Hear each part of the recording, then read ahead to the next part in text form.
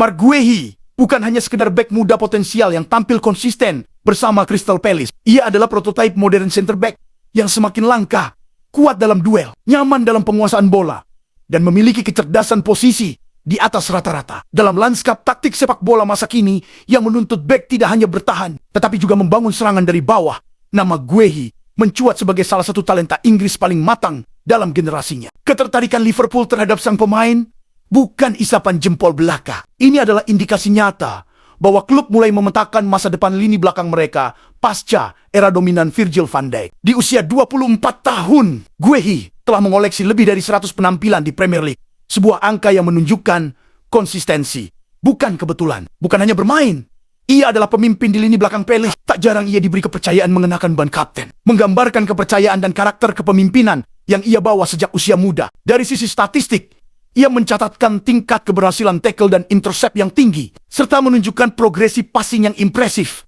dengan rataan umpan sukses di atas 85% per laga. Angka ini ini adalah cerminan dari kecocokan gaya bermainnya dengan filosofi Arne Slot yang mengutamakan sirkulasi bola yang rapi dari lini pertama. Kehadiran Guehi sebagai calon pendamping Van Dijk secara profil bisa menciptakan harmoni ideal. Van Dijk adalah bek senior dengan atribut aerial dan distribusi elit, tetapi belakangan kerap terbebani karena harus mengawal area yang lebih luas akibat ketidakstabilan partnernya.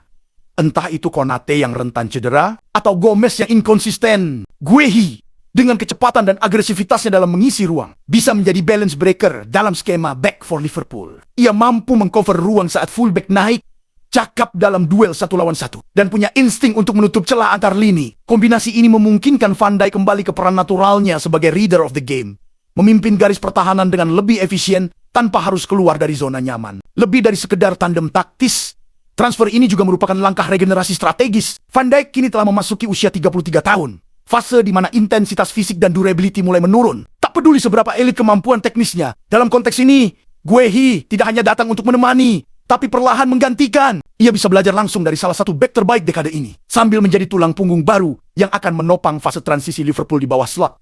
Ini adalah narasi warisan, bukan hanya membeli pemain bagus, tapi membentuk suksesor dari sistem. Namun, tentu saja, semua ini datang dengan harga. Crystal Palace dikabarkan membanderol Guehi di kisaran 50 hingga 60 juta pound. Untuk klub seperti Liverpool yang dikenal berhati-hati dalam belanja, ini bukan keputusan ringan. Tapi jika manajemen melihatnya sebagai, singkatnya, jika Liverpool benar-benar mendatangkan Mark Guehi, maka mereka tidak sekadar menambal pertahanan. Mereka membangun ulang fondasi yang sempat goyah, sekaligus menyiapkan era baru di bawah. Slot yang bisa berjalan mulus, karena dimulai dari belakang tempat semua proyek besar dalam sepak bola seharusnya bermula.